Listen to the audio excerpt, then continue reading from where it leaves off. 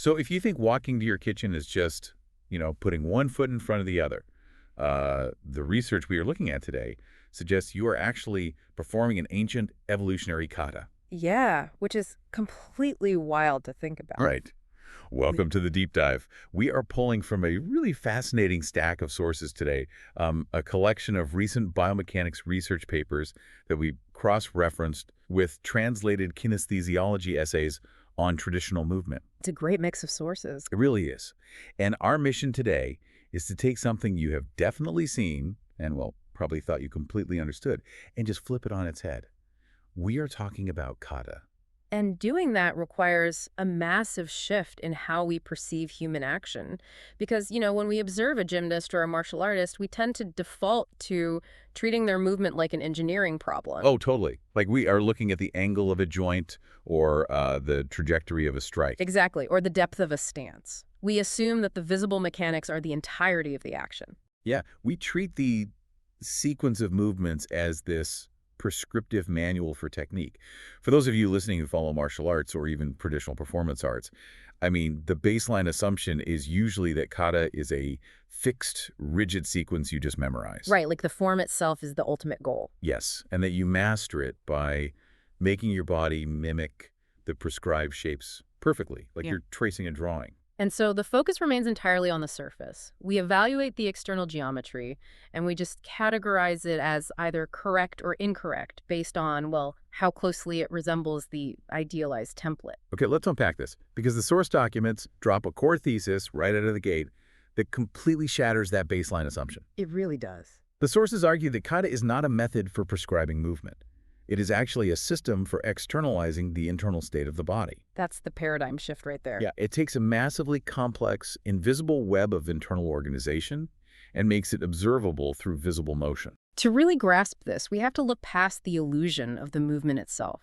We need to focus on the unseen processes happening inside you at this very second. Which is a lot, right? Oh, it's constant. Your body is a tirelessly operating network. It is constantly negotiating the interactions between your skeletal support system, the resting tension of your musculature, your center of gravity, your respiratory mechanics. Even your cognitive focus, right? Exactly, all of it. Yeah. And obviously, I can't look at you and literally see your vestibular system firing to maintain your balance. Right, or map out the exact fascial tension wrapping around my rib cage. Those mechanisms are entirely hidden under the skin. They are hidden, but the thing is, they are never silent. Those internal conditions dictate every single external action you take. So things like posture, timing, breathing, force transmission. Yes. They aren't independent variables you just decide to activate. They are the emergent properties of whatever your body's specific internal organization happens to be in that fleeting moment. Wow.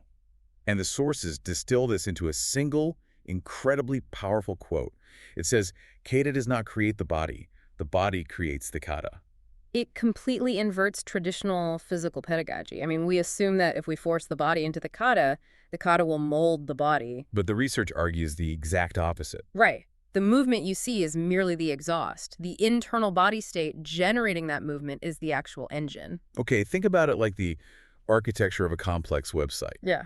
The internal body state, your breathing mechanics, skeletal alignment, muscular tension, that is the complex back-end coding. I like that analogy. Right. It's the HTML, the JavaScript, the servers constantly communicating in the background.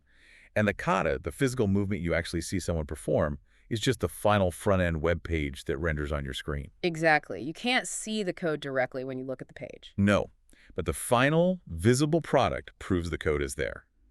If the back-end code is buggy or disorganized, well, the website you see is going to look glitchy and disjointed.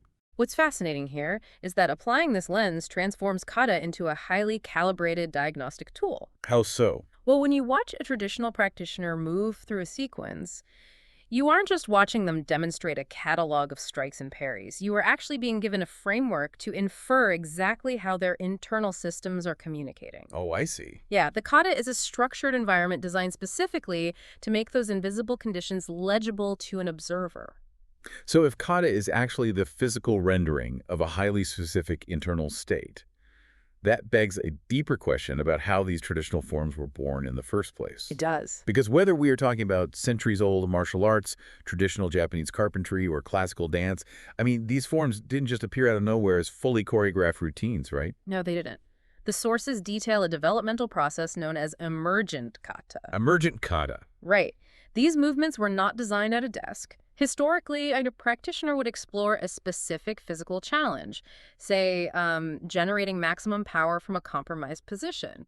Okay. Okay. And they would do it over and over again. They would refine their mechanics until a highly effective, deeply integrated state of body organization became completely stable. So they weren't trying to invent a cool-looking punch. Not really. They were just trying to solve a physical problem, and in doing so, they stabilized a specific internal architecture. Precisely. And once that internal organization stabilized, it naturally expressed itself as a repeatable movement pattern. That is emergent kata. Wow. It is a recorded physical manifestation of its creator's body state. It preserves an entire physiological and cognitive operating system. Okay, I need to push back on this, though, because the mechanics of how this is passed down seem flawed to me. How do you mean? Well, if I walk into a dojo today and try to learn emergent kata, I am just copying the master's geometry, right? Right. I put my arm at a 45-degree angle because they put their arm at a 45-degree angle. That is just physical parroting. So how does mimicking the gross motor movement of a stance magically rewrite my internal cognitive and physiological architecture? It's a great question. I mean, my nervous system doesn't know why the masters stood that way. That is a crucial distinction, and the research actually addresses this directly through the mechanics of proprioception and neuroplasticity. Okay, break that down for us. When you first imitate that 45-degree arm angle, you are indeed just copying geometry. But traditional kata requires you to hold and move through these specific, highly demanding shapes repeatedly, often under intense physical stress. So the repetition is the trigger. The repetition in those specific alignments is the trigger. When you hold an unfamiliar, rigorous posture, your standard muscular habits fail. You become fatigued. Oh yeah, your legs start shaking, right? Exactly.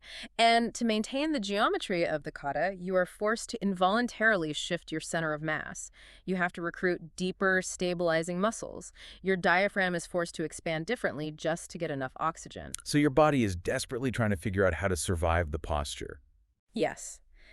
Over thousands of repetitions, this continuous proprioceptive feedback physically rewires your sensory mapping.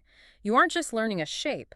The shape is a mold that forces your internal systems to reorganize themselves to survive the practice. Here's where it gets really interesting. Practicing a traditional kata is fundamentally a physical time machine, I love that way of putting it. because the goal isn't learning what the creator did.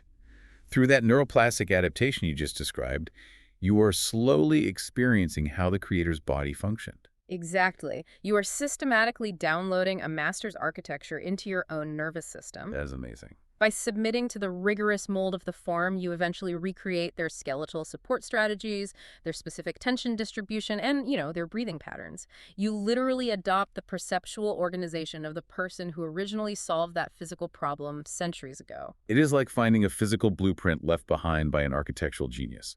But instead of reading it with your eyes, you decipher it by forcing your bones and connective tissue to bear the same loads they did. That's spot on. But let's ground this in the everyday experience for you, the listener. Because most people listening to this deep dive are not dedicating 10 hours a day to traditional martial arts or classical tea ceremonies. Of course not. So how does this concept of externalizing the internal state apply to someone who just goes to the gym or works in an office?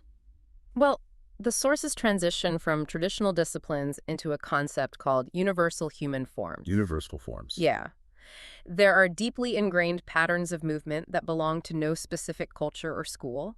Every human being performs them constantly, regardless of their background or training. We are talking about the absolute baseline of human mechanics here, evolution's own emergent kata. Exactly. The big three are sitting, standing, and walking. What's the basics? Just the basics. These were not choreographed by a historical master.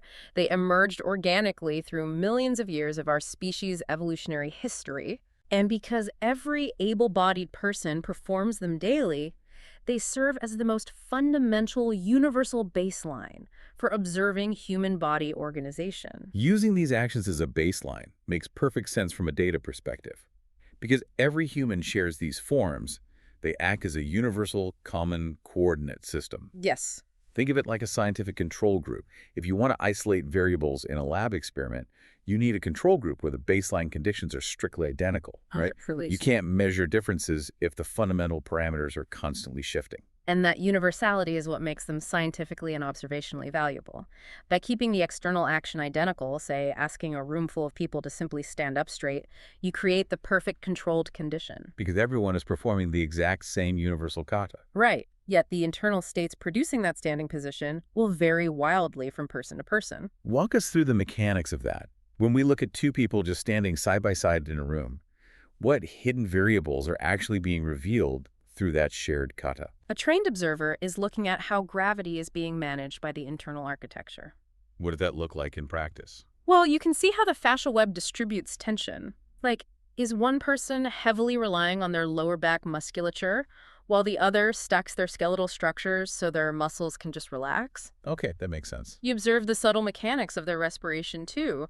Are their ribs expanding laterally, or are they breathing shallowly into their clavicles, which might indicate a state of sympathetic nervous system arousal? Oh, wow. So you're reading stress levels just from a standing position. Exactly. You see their center of mass, their left-right symmetry, and the exact tilt of their pelvis. So the external action is identical. They are just standing.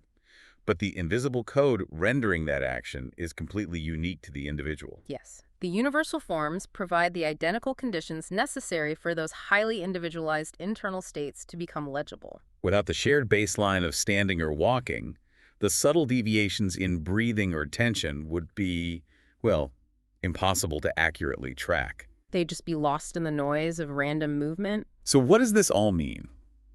We have established that the seemingly mundane actions we take every day, like walking down the street, are actually complex katas constantly broadcasting our internal state. Right. How does the research suggest we use this shared language? Because we have a tendency to look at physical movement and immediately grade it. Oh, yeah. And that is the primary cognitive habit the research tells us we must break. We treat kata, even the universal kata of walking, as a standard of judgment. Like correct versus incorrect. Exactly. We see a rounded shoulder or a heavy heel strike and immediately classify it as bad posture or an incorrect stride. We evaluate before we even truly see what is happening. So we are jumping the gun. We are. The sources argue vehemently that observation must precede evaluation. Kata is a descriptive tool, not a prescriptive test. We are reading a map, not grading an exam. That's a great way to put it. We aren't trying to force the person's movement to look correct. We are trying to understand why their internal code is producing that specific rendering. Because every human body is a living, continuously updating record of adaptation. When you watch someone perform the universal kata of walking, you are looking at the visible culmination of their entire life's history. That is heavy. It really is. You are seeing the biomechanical consequences of their specific environment and their daily routines. The internal code of someone who sits at a computer desk for 12 hours a day is fundamentally different from someone who works in agriculture or construction. Unquestionably. The connective tissue literally remodels itself to support the demands of those specific environments. And that remodeling, well, it changes the way they walk. It reveals occupational adaptations, but it also reveals the deeply embedded history of physical trauma. Like past injuries. Yeah. A sprained ankle from 10 years ago may have healed, but the subtle compensatory shift in their gait, maybe just a slight hesitation in weight transfer, often remains permanently encoded in their nervous system. Wow, so the body doesn't forget. No, it adapts around it. Furthermore, psychological conditions manifest physically.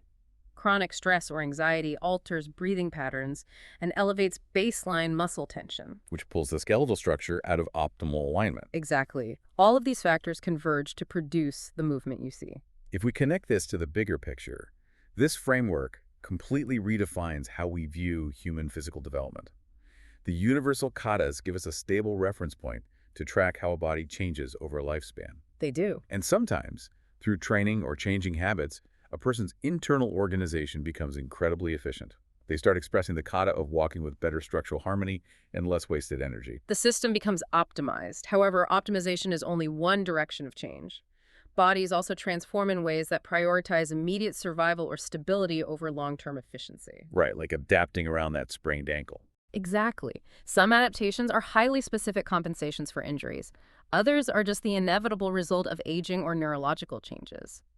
The text argues that categorizing these changes strictly as good or bad misses the point of observation entirely. Which brings us to the core question the research insists we focus on. The goal isn't to look at someone walking and ask if they are passing the posture test. The essential question is simply, how has the body's organization changed? How has the body's organization changed? It's such a profound shift in perspective. It really is. Without the universal reference points of sitting, standing, and walking, that question is unanswerable. So much of our own internal organization operates far beneath our conscious awareness. Yeah, we don't think about it. We don't. And if we lack a shared physical language to make those internal mechanics visible, any serious discussion about bodily adaptation relies entirely on subjective guesswork. This entirely reframes our relationship with our own bodies. We started today talking about our preference for movement to be easily categorized, like looking at an X-ray to find a clean, identifiable fracture. Right. We want movement to be binary, either right or wrong. But it's never that simple. No, the evidence shows that kata is not a rigid cage of rules, nor is it a performance to be judged.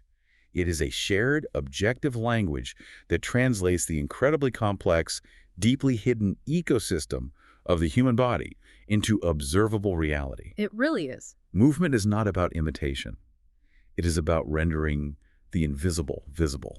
This raises an important question, one that pushes this entire concept into uncharted territory for the listener. Oh, I'm ready. We've established that our bodies constantly adapt to our environments and that our everyday movements, the universal katas of walking and standing, are the physical rendering of those adaptations. Right. But our environment is rapidly changing. As we spend increasingly more time in virtual reality, inhabiting digital spaces where physical gravity and spatial limitations just don't exist, our bodies are adapting to a world that isn't actually there. Oh, wow. So if kata is the expression of how our internal architecture responds to physical reality, what kind of entirely new, unprecedented movement patterns will the human body create when our primary environment becomes completely virtual? That is a staggering concept to consider. We are potentially on the verge of developing completely new universal human forms based on a reality that only exists behind a screen. It's a lot to think about. It really is. So the next time you stand up, walk across the room, or even just sit in your chair, pay attention. You aren't just moving levers and joints. You are executing an ancient form, rendering your entire physical, psychological, and evolutionary history into motion. You are a living record. Exactly. You are constantly broadcasting your story to anyone who knows how to read the language. Thank you for joining us on this deep dive. Keep learning, keep observing, and never stop questioning the things you think you already know.